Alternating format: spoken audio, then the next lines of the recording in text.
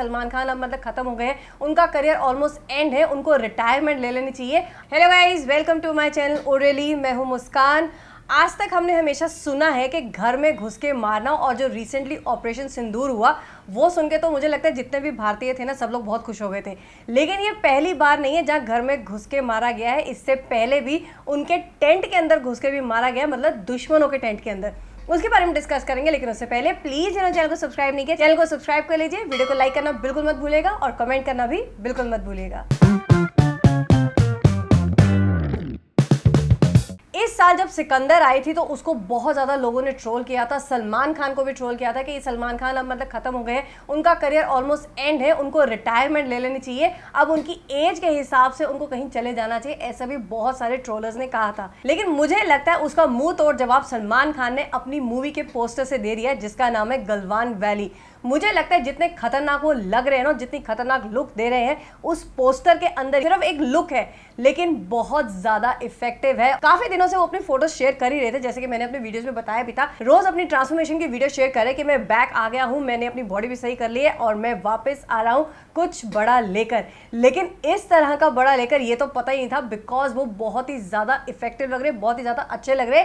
बिल्कुल वो वाला टाइम याद आ गया जैसे कि हमने उनको देखा था सुल्तान मूवी में, और मैंने हमेशा कहा है उनकी दो बेस्ट मूवीज जो रही हैं आज तक की, वो रही सुल्तान और साथ ही साथ बजरंगी भाईजान। वेट तो हम बजरंगी भाईजान 2 की कर रहे थे, लेकिन मुझे लगता है ये भी उनके लिए बहुत ही अच्छा होने वाला है, बिकॉज उनको ऐसे ही रोल की जरूरत थी। जैसे मैंने पहले भी कहा था, उनको ना एक सीरियस और ऐसा रोल चाहिए जिसमें उनको कुछ करने को मिले, बस खड़े ना रहे। और यहाँ मतलब मुझे ऐसा लग रहा है उनको फुल ऑन ये करने को मिलेगा, बिकॉज इसके पीछे तो हमें पता ही है बहुत बड़ी स्टोरी है इंडिया और चाइना की। उनको जो लीड कर रहे थे कर्नल बीकूमाला संतोष बाबू, उन्होंने मतलब उनका ऐसे कहते हैं ना कि घर में घुस के मारना, जैसे मैंने कहा वो घुस गए थे चाइनीज के टेंट के अंदर, जो कि उन्होंने बना लिया था इंडिया वाली साइड पे, जहां पे आज भी कहा जाता है लाइन ऑफ एक्चुअल कंट्रोल, जहां पे दोनों ट्रूप्स अपनी अपनी जगह रहते हैं, इंडियन अपनी जगह और चाइनीज अपनी जगह। लेकिन जो चाइनीज आर्मी थी वो वहां से थोड़ा सा आगे बढ़कर उन्होंने अपनी ऑब्जर्वेशन पोस्ट भी बना ली थी और थोड़े थोड़े अपने ट्रूप्स को वो आगे ले आए थे। तो जब इन पे नजर पड़ी थी कर्नल साहब की, तो वो घुस गए थे उनके घर के अंदर, उनके हाथ में कुछ भी नहीं था, अपना उन्होंने एक ट्रूप उठाया और उनसे बातचीत करने गए, लेकिन जब वो माने नहीं तो बात पहुंच गई थी हाथापाई तक और मुक्काबाजी तक। तो उन्होंने मुक्कों से मार मार के उनका बुरा हाल कर दिया था, अपनी तरफ के भी हर्ट हुए थे। लेकिन चाइना ने ये कवर करने की बहुत ज़्यादा कोशिश कर दी, बहुत सारे वीडियोस हटा भी दिए थे और बहुत सारे न्यूज़ चैनल्स को ना ऐसे उन्होंने सू भी कर दिए थे कि आप ऐसी न्यूज़ कैसे दिखा सकते हैं अपनी कंट्री के बारे में।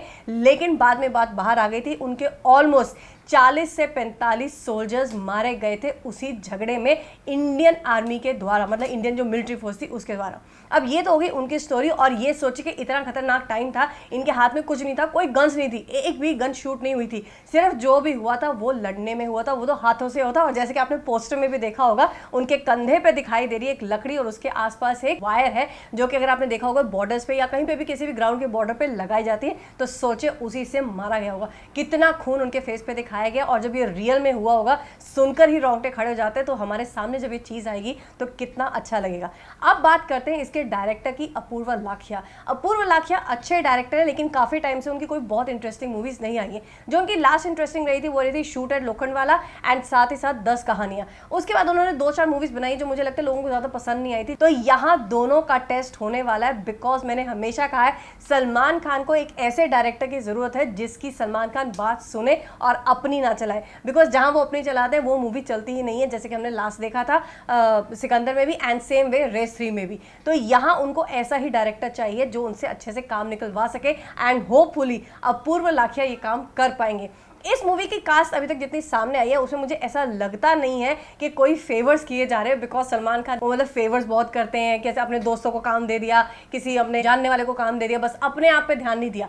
पर यहाँ मुझे ऐसा लग रहा है कि वो अपने आप पे ध्यान देने वाले, बिकॉज कास्ट जितनी मैंने सुनी है वो सब अच्छे एक्टर्स हैं, छोटे एक्टर्स हैं बट अच्छे एक्टर्स हैं। इसकी मेन लीड जो एक्ट्रेस है उनका नाम सामने आ चुका है, वो है चित्रांगदा सिंह। तो वो भी अच्छी परफॉर्मर है, जहाँ पे मतलब मुझे लगता है सटल परफॉर्मेंस की बात आएगी तो अच्छा काम यहाँ पे कर सकती हैं। सो ऑल एंड ऑल बहुत ही अच्छा पैकेज है, लेकिन अगर अच्छे से कर दिया गया ना तो मान के चलिए ये बहुत ही बड़ी हिट होगी, एकदम बहुत बड़ी ब्लॉकबस्टर मूवी होने वाली है सलमान खान के लिए भी, और सलमान खान के फैंस तो वैसे ही बहुत खुश हो जाएंगे। तो ट्रोलर्स जो है ना, जो सोच के बैठे हुए थे ये बोलने के लिए कि सलमान खान का करियर खत्म हो गया, उन्हें रिटायरमेंट लेना चाहिए, उनको ये बहुत अच्छा जवाब मिला बस एक पोस्टर के थ्रू। आपको शायद पता नहीं होगा या फिर हो सकता है काफी लोगों को पता भी हो कि यहाँ पे फर्स्ट टाइम मिलिट्री ऑफिसर का रोल करने वाले सलमान खान।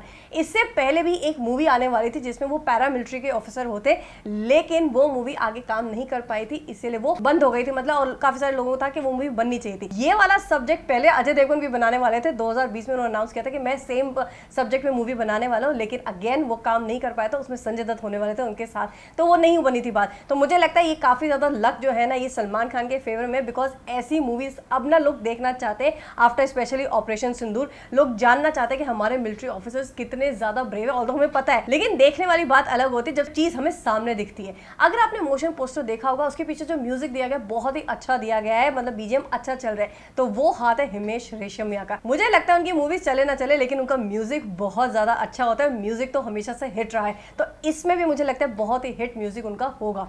और मोशन पोस्टर में आपने देखा होगा बहुत बहुत छोटी छोटी डिटेलिंग है, जैसे गलवान वैली वाला थोड़ा सा पीछे से उन्होंने हमें एक एम्बियंस दे दिया कि वहां की बात है, लद्दाख की बात है, तो बहुत ही अच्छा पोस्टर है। मुझे लगता है थम्स अप इस पोस्टर को, एंड नाउ हम डेस्परेटली वेट करेंगे कब हमें इसका टीजर देखने को मिलेगा। होपफुली नेक्स्ट ईयर कुछ फर्स्ट डेज में कुछ देखने को मिल सकता है, बिकॉज अगर इतनी जल्दी इन्होंने अनाउंस कर दिया है तो इसका टीजर भी बहुत ही जल्दी आएगा। मुझे पता है सलमान खान के फैंस तो बहुत ही ज्यादा एक्साइटेड होंगे, लेकिन जिन जिन लोगों ने सलमान खान को ट्रोल किया था उन लोगों को ये पोस्टर कैसा लगा मुझे जरूर बताइएगा इस वीडियो कमेंट बॉक्स में, और मैं आपसे जल्दी मिलूंगी एक नई वीडियो के साथ।